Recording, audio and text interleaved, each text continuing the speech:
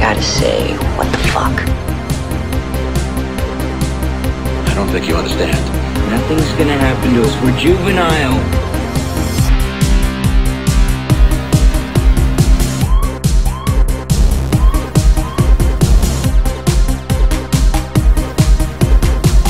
And now, on with the show. Bonjour à tous et bienvenue dans cette nouvelle vidéo en mode balai masque sans lunettes avec tête bien fatiguée. Pour la deuxième vidéo hors série, hors sujet, je sais plus, mais je sais même plus le nom qu'il donne à ces vidéos. Donc oui, pour annoncer deux trois trucs, la première chose c'est que je vais enfin faire un genre de FAQ. Donc posez-moi des questions, toutes celles qui vous passent par la tête. Vous pouvez les poser comme vous voulez, donc souvent les gens m'envoient des PM sur Instagram, je ne sais pas pourquoi, mais c'est comme ça. Donc faites-moi des PM sur Instagram, c'est pour certaines questions. Sinon en commentaire sous cette magnifique vidéo, ou en PM sur Twitter. Et je ferai ça décembre là. Autre chose, oui, est-ce que je vais faire mon top des meilleurs et pires films pour moi de cette année 2020 extraordinaire en matière de cinéma. C'est vrai que c'est la première fois que j'ai l'occasion de le faire depuis la création de la chaîne, puisque la chaîne je l'ai créée voilà, cette année. Mais ouais, donc ça peut être marrant, donc je vais faire ça, je ferai genre les 10 pires et les 10... Enfin les 10 pires... Les 90 pires et les 10 meilleurs. Et que dire d'autre? Ouais, alors ça fait plusieurs fois qu'on me suggère de faire une vidéo sur les années 80, évidemment. Un petit peu le thème sous-jacent de ma chaîne, hormis les critiques de films. Et je sais pas trop comment l'aborder en fait. Est-ce que je fais un truc hyper préparé avec des thèmes, voilà, musique, ciné, machin, ou est-ce que je pars en impro total sur mes souvenirs des années 80 et on voit ce que ça donne quoi. Mais bon, dans ce cas-là, ça risque d'être un petit peu aussi 36-15 ma vie. Mais bon, ça peut être sympa aussi. Je ne sais pas. Enfin, franchement, j'en sais rien. Donc pareil, si vous avez des idées, dites-le moi. Naturellement, je serais plutôt enclin à faire ça parce que honnêtement, les vidéos sur les films et les albums, les trucs comme ça des années 80, je pense qu'il y en a 1 milliard sur YouTube. Pas grand intérêt.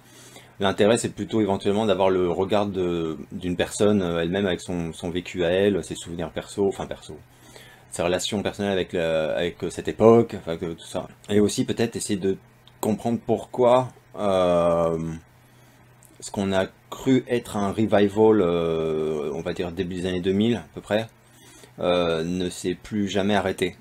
Parce que moi je me souviens très bien quand, entre guillemets, les années 80 sont redevenues à la mode, et où on a dit ouais c'est cool, et censément ça devait durer, je sais pas, allez 2 ans quoi, avant qu'on passe à autre chose.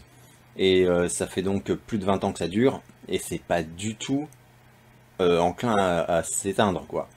Donc il y a clairement quelque chose qui s'est produit durant cette décennie d'unique, même beaucoup plus puissant que les années 60 ou les années 70, qui ont pourtant été très fortes en code, en création ouais, en création de pop culture, de tout ça quoi. Mais visiblement, voilà, c'est vraiment un constat objectif quoi, mais que font plein de gens, hein. Les années 80 dominent tout ça, mais totalement quoi. Donc ça peut être aussi voilà, intéressant de parler de tout ça. Je ferai sûrement une vidéo voilà, comme ça. Qu'est-ce que je voulais dire d'autre? Oui, je sais plus qui m'a demandé l'autre jour chez Megamax, j'ai plaisanté en disant que j'avais reçu une photo cochonne. Évidemment une blague. Et sinon oui, on m'a aussi demandé pourquoi du coup maintenant que je réponds aux invitations, qu'on me voit un peu ailleurs, pourquoi je suis pas chez Merej. Merej ne fait pas d'émissions. Moi j'ai fait des émissions, je suis pas allé encore sur un live genre salut mec, attends je me branche et on papote quoi. J'ai pas fait ça. J'ai fait l'émission en tant qu'invité de Gilles Morgan. J'ai fait une émission de Captain Hook et l'émission de Megamax.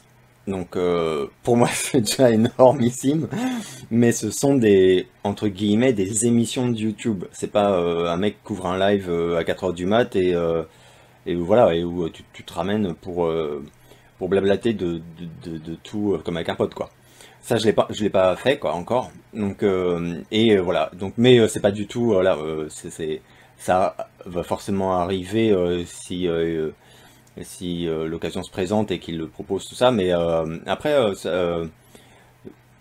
sauf erreur, j'ai l'impression que Merej s'est un peu calmé sur les lives nocturnes. Voilà, il doit y en avoir encore, mais enfin, j'ai l'impression que j'en vois moins. Voilà. Je voulais aussi, ouais, donc bah, remercier tous les gens qui me soutiennent, parce que pour quelqu'un qui a 300 abonnés, enfin un peu plus maintenant, qui fait vraiment une chaîne atypique, pour rester neutre, je trouve que je suis très soutenu, et ça fait vraiment incroyablement plaisir. J'ai des gens qui se penchent sur mon cas, alors que voilà, je représente pas grand chose, faut être honnête, en termes de chaîne YouTube, quoi. Et globalement c'est super bienveillant, c'est vraiment très très cool. J'ai vraiment pratiquement que des bonnes surprises, voilà. Bref, donc bon, je vais m'arrêter là parce que c'est déjà beaucoup plus long que ce qui était prévu, et j'ai bien les yeux qui me brûlent, donc je ferai plus gaffe la prochaine fois. Donc voilà, j'espère que vous allez bien, et je vous donne rendez-vous très bientôt pour une nouvelle vidéo. Oui, désolé, je rajoute un tout petit truc, parce que évidemment c'est c'est quand tu fermes ton enregistrement que tu te rappelles tout d'un coup de 1000 trucs. Donc pour répondre aussi à quelques questions concernant...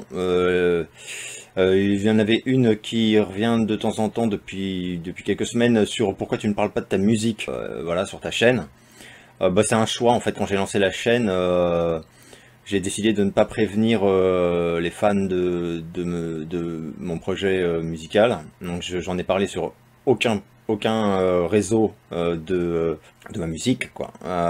Donc à part quelques-uns, mais vraiment très très peu, vraiment peut-être 1%, quoi, des fans de ma musique, personne ne sait que je fais cette chaîne. C'est pas un secret, c'est juste que j'ai pas voulu mélanger les deux trucs, quoi. Pour moi ça a vraiment rien à voir, quoi. Et ça m'aurait fait chier en fait que les gens se méprennent un peu, puisque du coup 90% de mes abonnés de chaîne YouTube auraient mathématiquement été dès les premières 24 heures des fans. Enfin, quand je dis fans, voilà, des gens qui écoutent ma musique. Je n'aime pas trop le mot fan, pour moi c'est réservé vraiment aux stars. Donc voilà pourquoi je ne l'ai jamais fait, et ou alors toujours vraiment du bout des lèvres, oui je fais de la musique. Mais et donc voilà, c'est pas que je le cache, c'est pas que rien du tout, c'est juste que j'ai pas envie de mélanger les deux. Donc voilà, ça serait pareil si j'écrivais des romans publiés depuis 15 ans. Donc voilà, maintenant, je voulais pas le faire au début parce que je voulais que les gens qui découvrent ma chaîne et éventuellement l'apprécient, s'abonnent, tout ça, le fassent pour la chaîne, quoi. Pas du tout pour ce que je peux faire en musique depuis 15 ans, quoi. Donc voilà, c'est fait. Enfin, moi je suis très content. Là, j'en ai à peu près 300. Je pense que sur les 300, il doit y en avoir il y a peut-être 10 personnes qui viennent enfin qui me connaissaient en tant qu'artiste. Et voilà, donc je suis super content. Donc je dis pas qu'un jour, si j'en ai envie, je ferai pas une vidéo consacrée à ma musique, mais bon, je suis pas, pour l'instant, j'en ai aucune envie. Et aucun besoin, donc voilà, de mélanger les deux. Et l'autre chose, c'était en lien à mon passage chez Gilles, où il m'a parlé de Serge Gainsbourg, et spontanément, bah, je lui ai dit que je connaissais, enfin j'avais connu Serge, donc du coup, c'est logique, quoi. Du coup, il y a des gens qui me disent, mais tu peux faire une vidéo où tu nous parles de Serge Gainsbourg, de voilà, ta relation, tes souvenirs et tout. Alors je l'avais fait pour un article dans le magazine féminin Grazia il y a quelques années, à la demande d'un ami journaliste. En vidéo, je sais pas trop, je le ferai, ouais, je le ferai, c'est une bonne idée en fait, c'est con. D'instinct, j'ai pas envie de le faire en fait, mais pourquoi, c'est complètement débile. Donc ouais, je ferai une vidéo sur Serge, sur mes souvenirs de Serge. L'autre truc aussi, c'était, ouais, alors on m'a posé évidemment des questions sur Nicolas Sirkis. Donc là par contre non, pour une raison assez simple, c'est sa popularité. Donc Donc voilà, donc non, j'en parlerai pas. Parce que j'en ai parlé dans ma vidéo sur les billets de concert, vu que j'ai 1 milliard d'invitations au concert d'Indochine, logiquement. Là pour moi c'est vraiment, je le mentionne, mais c'est du privé, enfin... Et puis surtout, contrairement à Serge, Nicolas est toujours là, il va très bien. C'est je crois à peu près tout ce qui vient de me revenir en tête. À très bientôt.